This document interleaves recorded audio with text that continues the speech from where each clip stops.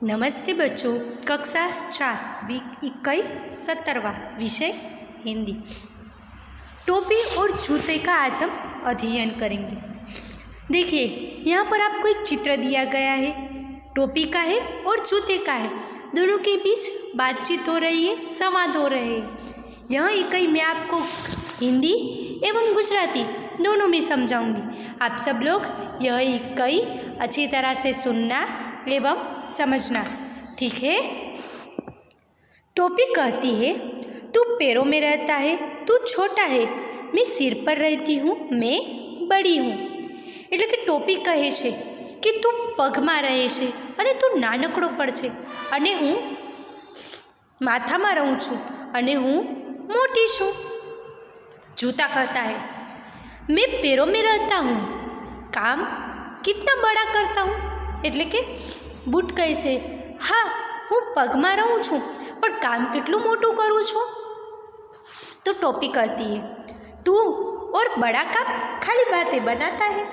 એટલે કે ટોપી કહે છે કે તું અને મોટું કામ ખાલી વાતો કરે છે। फिर जूता कहता है, देखिए मैं पाँव को कंकड़, पत्थर, कांच आदि से बचाता हूँ। मेरे कारण मिट्टी कीचड़ में भी पाँव गंदे नहीं होते। એટલે કે બૂટ કહે છે, જો હું પગને કાંકરાઓ, પથ્થરો, કાચ વગેરેથી બચાવું છું। મારા કારણે માટી અને કીચડમાં પણ પગ ગંદા થતા નથી। फिर टोपी कहती है, मैं भी आदमी के सिर को धूप और धूल से बचाती हूँ, मैं आदमी की इज्जत बढ़ाती हूँ। એટલે કે ટોપી કહે છે કે હું મનુષ્યના માથા પર રહું છું અને મનુષ્યના માથાને ધૂપ એટલે કે તડકા અને ધૂળથી બચાવું છું અને મનુષ્યની ઇજ્જત પણ વધારું છું। फिर जूता कहता है, तू सिर पर न हो तो भी आदमी का काम चलता है, पर मेरे बिना तो काम बिल्कुल नहीं चलता। देख लो, सड़क पर चलते लोगों को टोपी शायद ही किसी के सिर पर हो, पर बिना जूता या चप्पल के कोई नहीं होता। आज आदमी की इज्जत उसके जूतों से ही होती है। એટલે કે બૂટ કહે છે કે તું માથા પર ન હોય તોય પણ મનુષ્યનું કામ ચાલી જાય છે, પરંતુ મારા વિના તો કામ બિલકુલ ચાલતું નથી। જોઈ લે, રસ્તાઓ પર ચાલતા લોકોને જ ટોપી ક્યારેક જ કોઈકના માથા પર જોવા મળશે, પરંતુ બૂટ અને ચંપલ વગર કોઈ પણ જોવા નહીં મળે। આજે મનુષ્યની ઇજ્જત એના બૂટથી જ હોય છે। टोपी कहती है, हाँ आजकल तेरा भाव बढ़ गया है। कुछ भी हो, हम दोनों मनुष्य की सेवा करते हैं, सेवा ही हमारा धर्म है। એટલે કે ટોપી કહે છે, હા આજકાલ તારો ભાવ ઘણો વધી ગયો છે, પરંતુ કાંઈ પણ હોય આપણે બંને મનુષ્યની સેવા કરીએ છીએ। सेवा करवो ये ज आपणो धर्म है। चलो बच्चों, आगे हम स्वाध्याय देखते हैं। पहली सूचना, कोष्टक से उचित विकल्प चुनकर खाली जगह भरिए। देखिए, आपको यहाँ पर कोष्टक दिया गया है और उसमें अलग अलग शब्द है और नीचे रिक्त स्थान भी दिए गए हैं। पहली, टोपी खाली जगह पर पहनी जाती है। टोपी कहाँ पर पहनी जाती है? हाँ, टोपी सिर पर पहनी जाती है। फिर है दूसरा, जूते खाली जगह में पहने जाते हैं। जूते कहाँ पर पहनते हैं हम? हाँ, जूते पैरों में पहने जाते हैं। फिर है तीसरा, खाली जगह के बिना आदमी का काम चलता है। किसके बिना आदमी का काम चल सकता है? टोपी के बिना आदमी का काम चल सकता है। फिर है चौथा, आज आदमी की इज्जत उसके खाली जगह से होती है। किससे होती है? देखिए, यहाँ पर ऊपर शब्द दिए गए हैं। आज आदमी की इज्जत उसके क्या आएगा? इसके जूतों से होती है। फिर है पांचवा, टोपी और जूते खाली जगह की सेवा करते हैं। किसकी सेवा करते हैं? हाँ, टोपी और जूते मनुष्य की सेवा करते हैं। दूसरी सूचना देखते हैं। निम्नलिखित वाक्य कौन बोलता है वह लिखिए। पहला, खाली बातें बनाता है, यह वाक्य कौन बोलता है?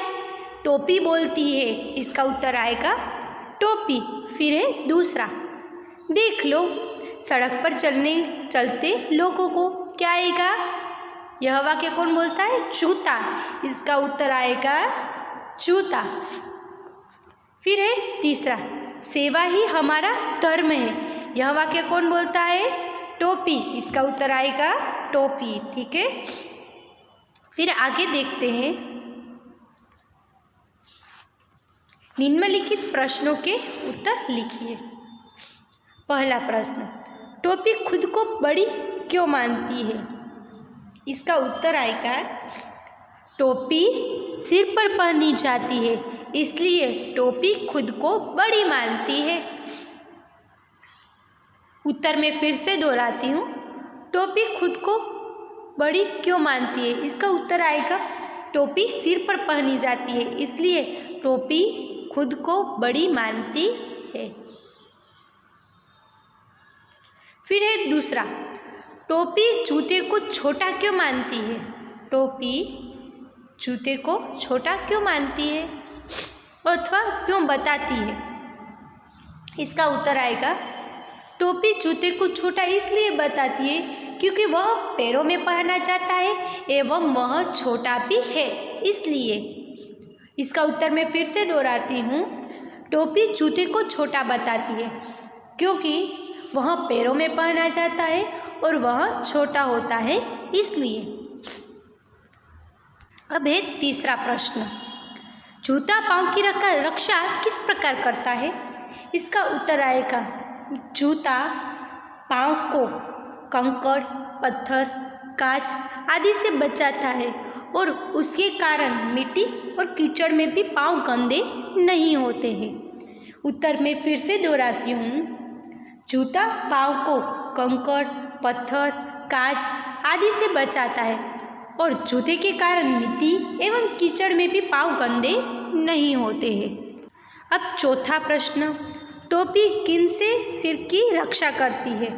टोपी किन से सिर की रक्षा करती है? इसका उत्तर आएगा टोपी धूप और धूल से सिर की रक्षा करती है।